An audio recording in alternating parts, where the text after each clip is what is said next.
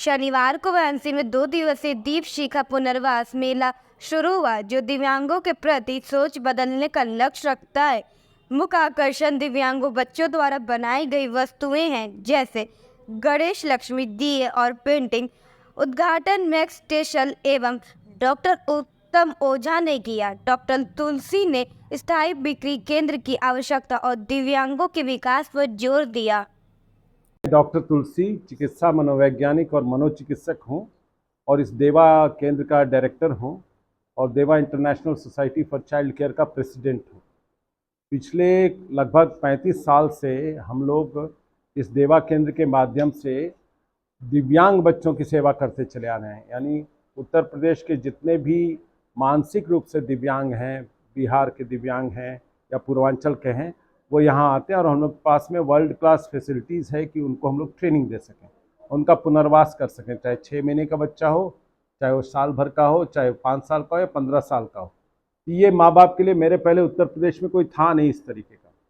तो इसकी सेवा कार्य को हम लोगों ने करीब 1988 में शुरू किया है इसको। और आज हर वर्ष जो है हम चाहते हैं कि भारतीय समाज, बनारस के लोग, वाराणसी के लोग इन बच्चों के जो पुनर्वास के कार्यक्रम हैं, ट्रेनिंग के दौरान, और पुनर्वास करने का मतलब इनको अपने पैर पे खड़ा करना के दौरान जो सामान बनाते हैं या जो सामान जैसे मोमबत्तियाँ, दिए, सब कई सामान बनाते हैं या पैकेटिंग करते हैं, तो उनको हम लोग चाहते हैं समाज को दिखाना। और समाज के प्रबुद्ध वर्ग को हम लोग इनवाइट करते हैं कि वो लोग आकर के यहाँ पर इन सामानों को देखें और इनको खरीदें, खरीद के उनका मनोबल बढ़ाएं।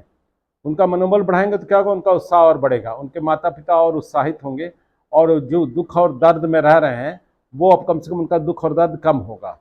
तो आज उसी का नाम दीपशिखा मेला है। दीपशिखा पुनर्वास मेले का मतलब ही है कि इसमें जितने भी सामान हैं कहीं ना कहीं से, ऐसा नहीं पूरा सामान बनाए हैं, लेकिन कहीं ना कहीं से बच्चों का उसमें कुछ ना कुछ योगदान है, क्योंकि बच्चे कुछ कर नहीं सकते, उनकी बुद्धि भी उस स्तर की नहीं होती है। तो ऐसे समय में एक छोटी सी बिटिया ये भी जो कुछ अपना हिस्सा दे सकती है। ये हम दिखाना चाहते हैं। हम चाहते हैं कि इनको अलग थलग कमरों के अंदर बंद न कर दिया जाए पागल उगल करके, बल्कि इनको समाज की मुख्य दशा से जोड़ा जाए।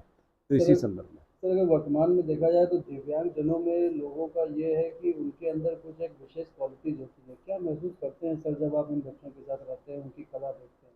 हाँ, दे हैव, आपका बात एकदम सही है कि ऐसे दिव्यांगजनों के बीच में कई ऐसे प्रतिभाशाली बच्चे होते हैं, खास करके ऑटिस्टिक बच्चे, या जिनको हिंदी में हम लोग स्वलीन बच्चे बोलते हैं। इन स्वलीन बच्चों में कुछ ऐसी खास दैवीय शक्ति होती है कि वो कई चीज़ों में सामान्य बच्चों से भी बहुत आगे होते हैं। जैसे इसमें कैलकुलिया बोलते हैं, तो उसमें क्या होता है कि आप कोई भी मैथमेटिक्स का सवाल इन बच्चों को आप दे देंगे तो वो एकदम कंप्यूटर की तरह सॉल्व कर लेंगे। उनको नंबर भी नहीं मालूम है, लेकिन वो गुणा भाग सब अपने आप कर लेंगे। या कंप्यूटर पे काम कर लेंगे, ऐसे नहीं लिख पाएंगे। या म्यूजिक के नोट्स को आप और हम जो कैच नहीं कर पाते हैं, कोई भी गाना ये तुरंत कैच कर लेंगे। जैसे ये बिटिया बहुत अच्छा गाना गाती है, इसको मालूम नहीं क्या जाती है। तो ऐसे इनमें कई सारी ऐसी बच्चों में प्रतिभाएं होती, ड्राइंग, पेंटिंग, इन सब में, कि ये सामान्य से बहुत आगे होते हैं। तो इन प्रतिभाओं को भी हम लोग निखारने का काम करते हैं, कम से कम उस प्रतिभा के सहारे आगे बढ़ें और अपने माता पिता और परिवार के संग जुड़ करके कुछ कार्यक्रम करें। और सबसे बड़ा चीज़ तो है कि आज के दीपशिखा मेले का कि बाहर आपको कुछ स्टॉल दिखाई देंगे करीब 3-4 बच्चों के, उनके ऊपर हम लोगों ने 20 साल प्रयास किया है और वो बच्चे आज अपने अपने दुकान खोल ली है, अपने पैरों पे खड़े हो गए हैं। उसमें शुभम पांडे जो है वो लगभग 3 से 5 हज़ार रुपये पर डे कमाता है। तो अपने माता पिता को भी कितना खुश कर रहा होगा ये सोचिए, जबकि 20 साल पहले एक बच्चा ले आए थे वो उसको। तो वैसे ही प्रदीप है, वैसे ही जय कुमार है। तो हम लोग चाहते हैं कि भारतवर्ष के अन्य दिव्यांगों के माता पिता भी इन चीज़ों को देख के प्रेरित हों और प्रेरित होकर इस कार्य को अपने बच्चों के संग में भी करें। और माता पिता का जुड़ना बहुत जरूरी है, माँ का जुड़ना बहुत जरूरी है। सर, इस पुनर्वास मेला में लगभग कितने स्टॉल सर, कहाँ कहाँ से लोग आएंगे? इसमें पुनर्वास मेले में हमारे ख्याल से कुल मिला जुला के कुछ प्रमोशनल, यानी कुछ एक फैमिली भी है जिसके घर में सभी दिव्यांग बच्चे, तो साड़ियों का स्टॉल लगा है, या कुछ हम लोगों ने चुनार के सामान लिया कि उनको कुछ टच किया है बच्चों ने, या कुछ यहाँ मोमबत्तियाँ और दिए बनाए हैं, चुनरिया में कुछ गोटे लगाए हैं। तो ऐसे 8-10 स्टॉल लगे हैं। और जो आएंगे लोग वो तो आप लोगों के ऊपर है कि आप लोग कहाँ कहाँ तक इनका प्रचार करते हैं। 2 दिन का ये स्टॉल है और हम सभी प्रेस और मीडिया को बहुत धन्यवाद देते हैं कि वो लोग आते हैं और आप लोग के कारण ही लोगों में अवेयरनेस फैलता है।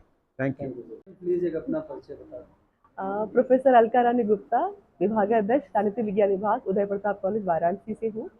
जी मैम, क्या कहेंगे? दीपशिखा पुनर्वास मेला है, तमाम स्टॉल्स लगे हुए हैं, एक से एक बेहतरीन सामान है, क्या कहेंगे?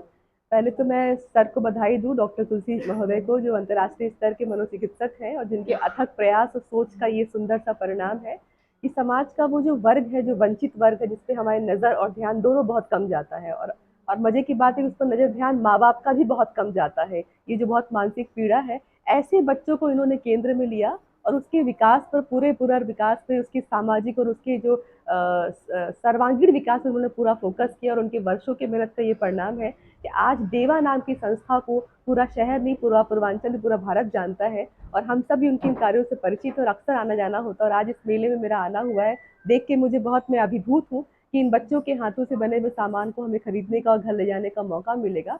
और आप सब मीडिया वालों से विशेष निवेदन है कि इस समाचार को विशेष प्रमुखता दें, क्योंकि समाज के एक ऐसा वर्ग इस पर बहुत कम ध्यान लोगों का जाता है और बहुत ज़रूरत है कि ऐसे जो प्रतिभाशाली बच्चे हमारे बीच हैं, थोड़ी सी फिजिकली उनकी डिसेबिलिटी कह सकते हैं या विशेष एबिलिटी है, इसको थोड़ा सा निखारने की ज़रूरत है। इस पर सर ने बहुत काम किया है और हम सब लोग भी यदा कदा उनके प्रयास से जुड़ चुके हैं। तो अगर ये बच्चे हमारे ठीक से, हमने प्रतिभा को निखारने में योगदान दिया तो और आपने उसको ठीक से प्रकाशित किया, तो ये बच्चे बहुत आगे तक जाएंगे और इन बच्चों के माध्यम से भारत का नाम और रोशन होगा। मैम, कुछ दिन पहले तक जो एक रिपोर्ट्स आते थे कि दिव्यांगता को अभिशाप की श्रेणी में रखते थे, और 22वीं श्रेणी में देखा जाए, 22वीं सदी में तो एक से एक कार्य हो रहे दिव्यांगता में। क्या कहेंगे, क्या महसूस आप करते हैं?